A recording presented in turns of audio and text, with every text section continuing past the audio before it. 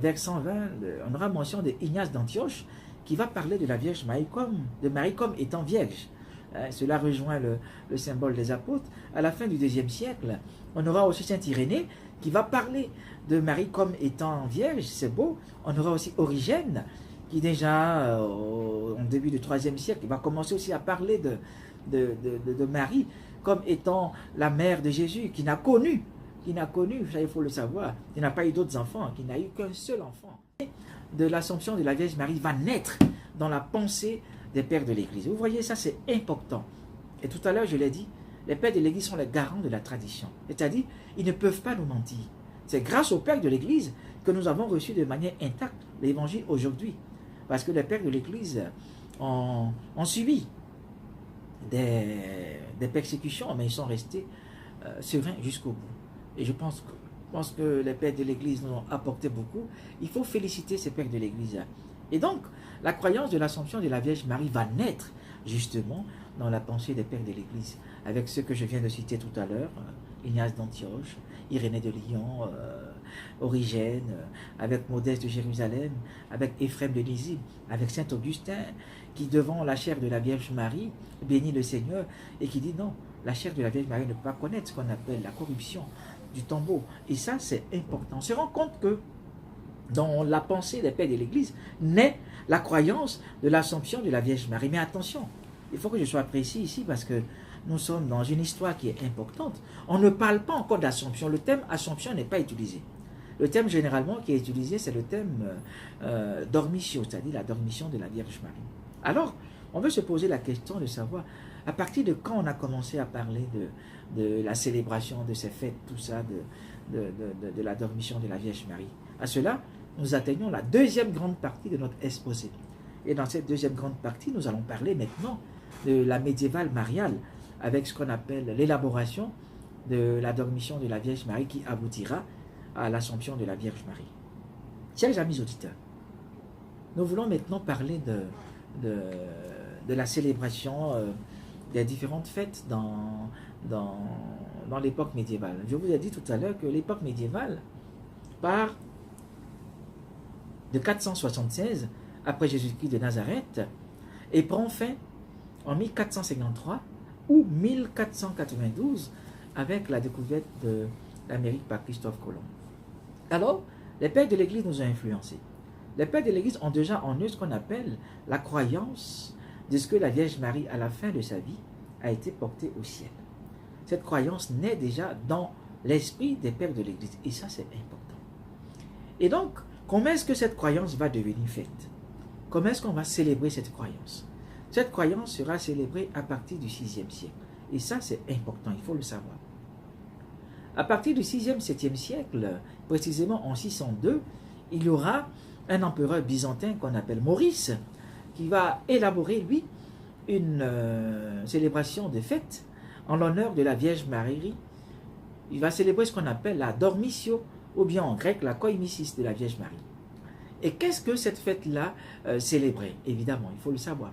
Cette fête célébrait ce qu'on appelle la mort clinique de la Vierge Marie et sa montée au ciel.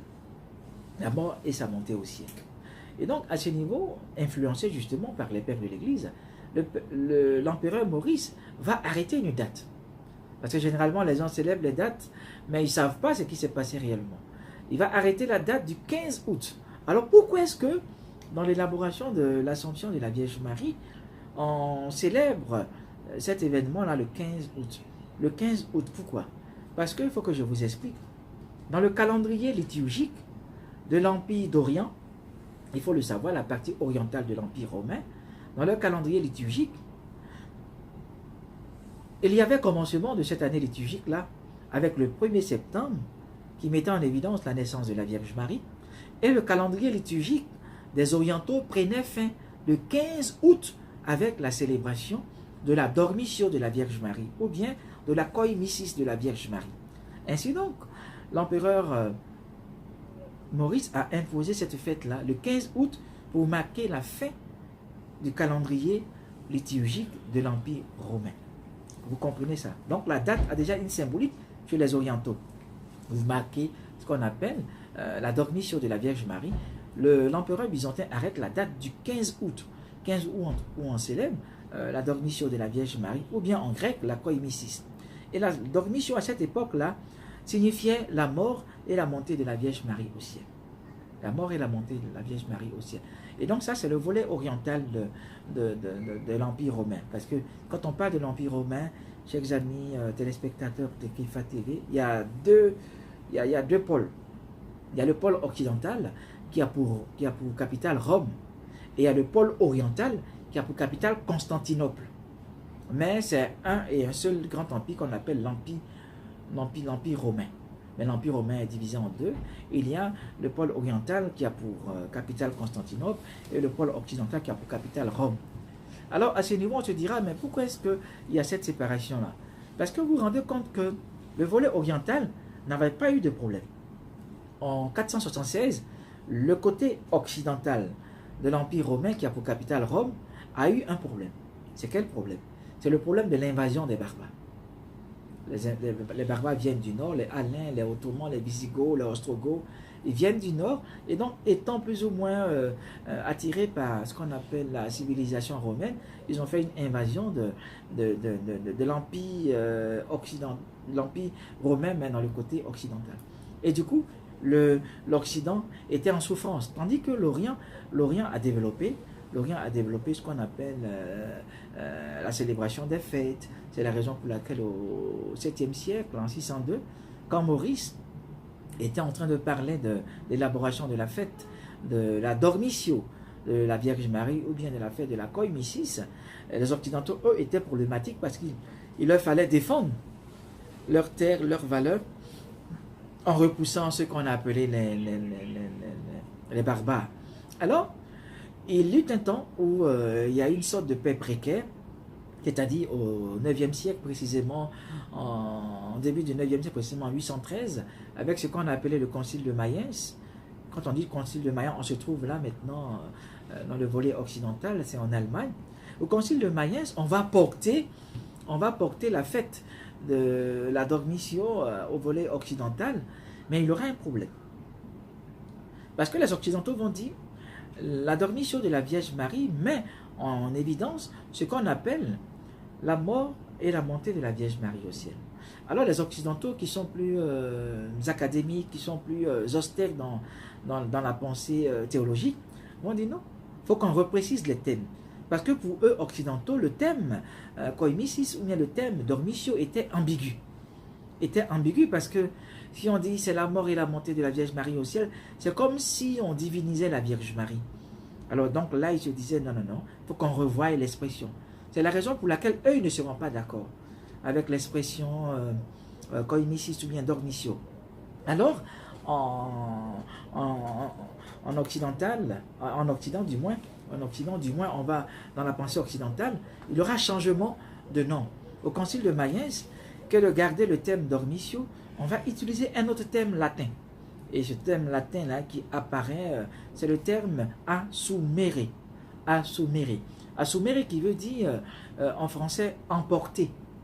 Qui veut dire en français porter, monter en se faisant aider, comme un impotent. Alors, qu'est-ce que le thème voudrait dire? Le thème voudrait dire que la Vierge Marie ne peut pas mourir et monter au ciel d'elle-même, non. La Vierge Marie a été portée au ciel, emportée au ciel, comme une impotente. C'est-à-dire, elle est morte et en extase, elle est portée au ciel par les anges.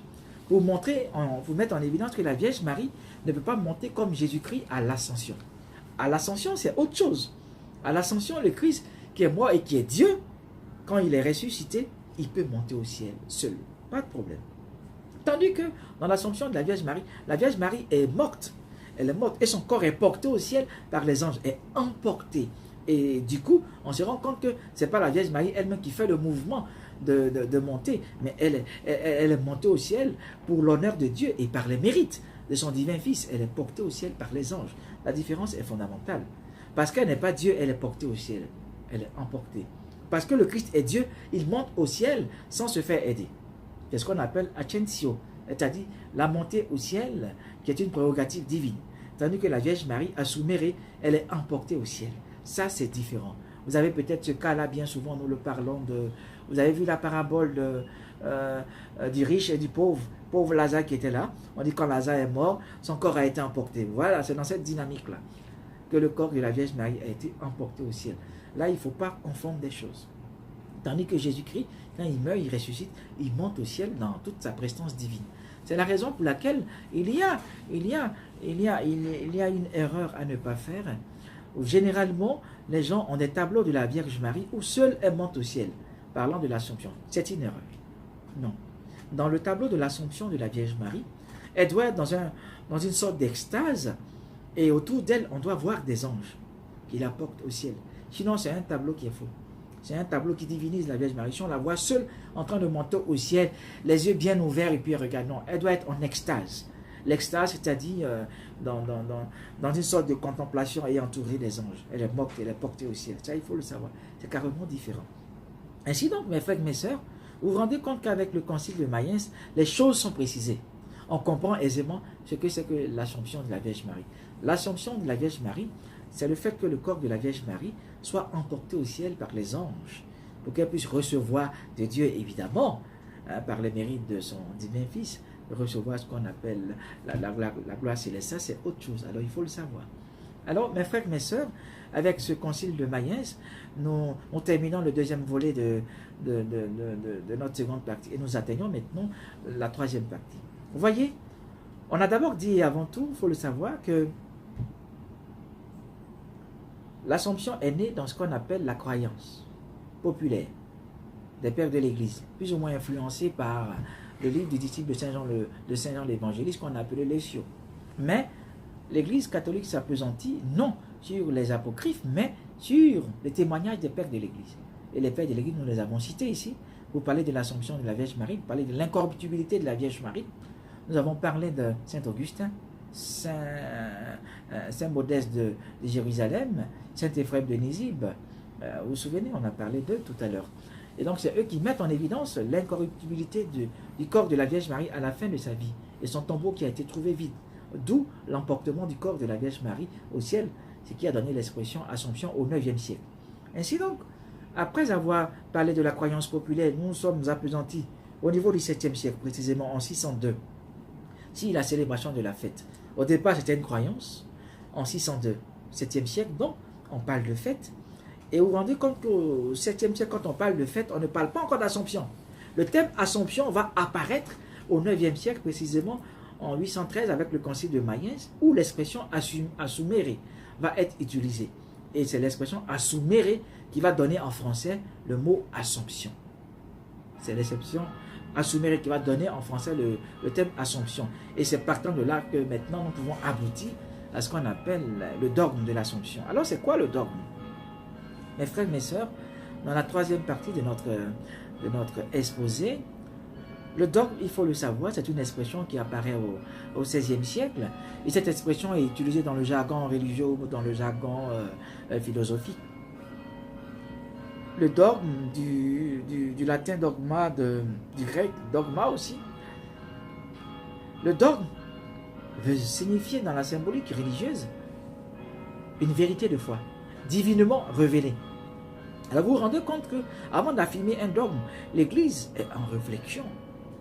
Et déjà que le dogme lui-même va apparaître, le dogme de l'Assomption de la Vierge Marie va apparaître au XXe siècle. Au IVe siècle, on parle de croyance. Au 7e siècle, on parle de fête. Au 9e siècle, on parle du thème Assomption. Et au 20e siècle, on va parler maintenant du dogme. Donc, durant 15 siècles, l'Église sera en méditation pour voir si on peut faire de l'Assomption de la Vierge Marie ce qu'on appelle un dogme. Le dogme est donc une vérité de foi divinement révélée. C'est-à-dire, dans le cours de l'histoire, le Seigneur nous révélait que l'Assomption de la Vierge Marie serait un dogme. C'est quelque chose de fondamental. C'est la raison pour laquelle on appelle dogme. Dogme, vérité de foi, qui relève évidemment de Dieu, divinement révélé. Et ça, c'est important. Mais il faut le savoir, avant que le dogme de l'Assomption ne soit proclamé, il y aura un dogme antérieur à ce dogme-là. C'est le dogme de l'Immaculée Conception. Et ce dogme de l'Immaculée Conception, pour montrer que la Vierge Marie a été conçue sans le péché originel, dans l'élaboration de ce dogme, on sera comme aidé par l'instigateur du protestantisme qu'on appelle Luther. Luther a dit, en 1521 précisément, au XVIe siècle, il a affirmé haut et fort que le Christ ne peut pas naître dans un corps qui est pécheur, mais il ne peut naître que dans un corps qui est rempli de pureté, d'où la Vierge Marie. Alors évidemment, donc c'est partant de là qu'on va élaborer après ce qu'on appelle la thèse pour le dogme de l'Immaculée Conception. Une fois proclamé le dogme de l'Immaculée Conception, c'est-à-dire de la pureté du sein de la Vierge Marie, on va affirmer à partir du XXe siècle, précisément le 1er novembre 1950 par le pape Pie XII, on va affirmer, on va proclamer, on va définir le dogme de l'Assomption de la Vierge Marie en disant que en son corps et en son âme, la Vierge Marie a été portée au ciel pour l'honneur de Dieu et par les mérites du cœur sacré de son divin Fils. Alors mes frères, mes sœurs, nous prenons aisément conscience de ce que l'Église catholique a médité durant 15 siècles avant de faire de l'Assomption un dogme. Et ça, c'est important. Vous avez vu comment est-ce que nous avons évolué petit à petit. Aujourd'hui, nous comprenons aisément ce que c'est que le dogme de l'Assomption. Un dogme qui a d'abord été croyance, après fête, après on trouve le nom Assomption au 9e siècle, et enfin au 20e siècle, devient dogme, c'est-à-dire une vérité de foi divinement révélée. C'est toute une procédure à suivre. Un procédé de réflexion de l'Église catholique pour mettre en place une vérité de foi, ma foi, très très importante. Alors nous terminons maintenant, chers amis téléspectateurs de Kefa TV, nous terminons maintenant avec ce que nous enseigne le dogme de l'Assomption de la Vierge Marie. Parce que si l'Église, durant ces 15 siècles-là, a pensé à élaborer ce dogme-là, alors c'est normal qu'on se pose la question, qu'est-ce qui nous apporte ce dogme-là? Alors nous qui sommes là aujourd'hui, il faut le savoir, le dogme de l'Assomption de la Vierge Marie nous fait prendre conscience, une conscience vive, que la Vierge Marie n'est pas Dieu. Elle ne peut pas égaler Dieu. La Vierge Marie n'est pas du tout Dieu. Elle ne peut pas égaler Dieu. Ça, il faut le savoir. Le dogme de l'Assomption de la Vierge Marie nous fait prendre conscience que la Vierge Marie est morte et son corps est porté au ciel, emporté au ciel. C'est ce qu'on appelle assumere.